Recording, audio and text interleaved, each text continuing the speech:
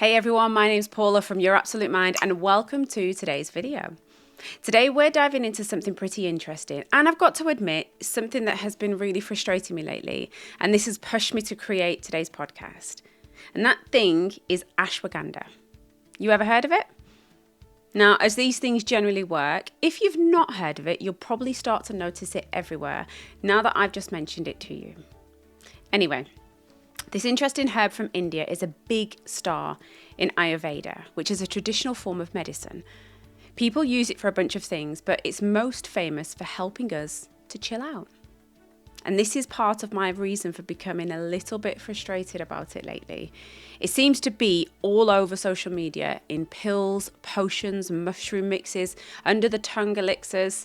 They're all being sold and pushed as a cure-all for anxiety, panic, and any sort of stress-related feelings.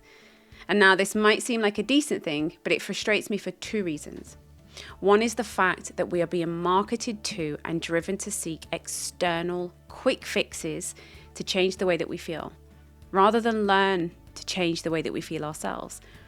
And believe me, after 10 years as a full-time therapist, seeing thousands of people for so many anxiety-related issues, I've witnessed everyone, and I mean everyone, being able to massively reduce their own anxious experiences with the tools, reframing, and utilizing what they learn in therapy. They take control themselves. And the last and the most important reason is that ashwagandha has a dark side, and I mean a really dark side. So to push it as a magical potion on subscription is just unethical, it's unprofessional. Whatever the case, I wanted to keep you informed so that you can make those informed choices as you work to become mentally healthy.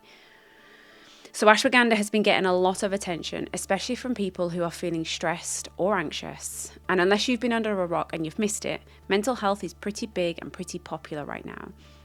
But, and here's the interesting part, while it's known for calming nerves, if you take it for too long, like more than 3 weeks, 4 weeks and beyond, it might start to make you feel less joy in the things that you usually love.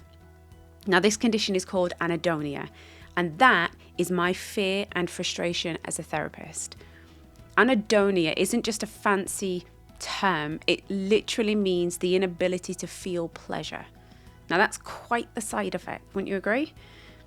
So why has ashwagandha become so popular all of a sudden? It's actually not all of a sudden, because the herb has been around for thousands of years.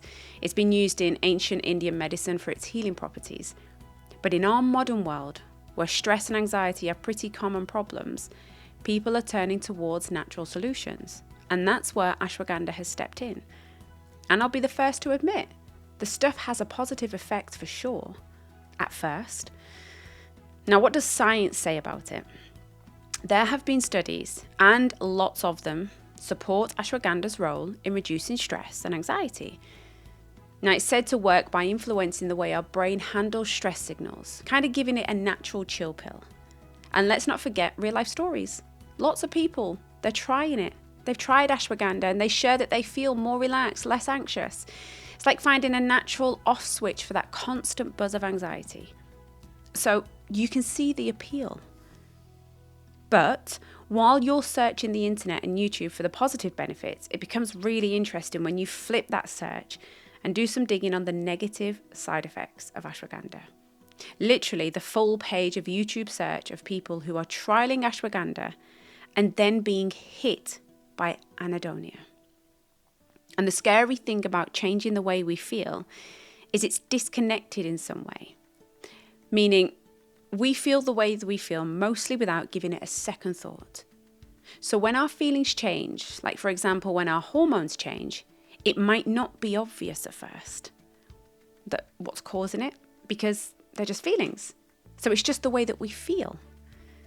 However, back to anhedonia and what it means.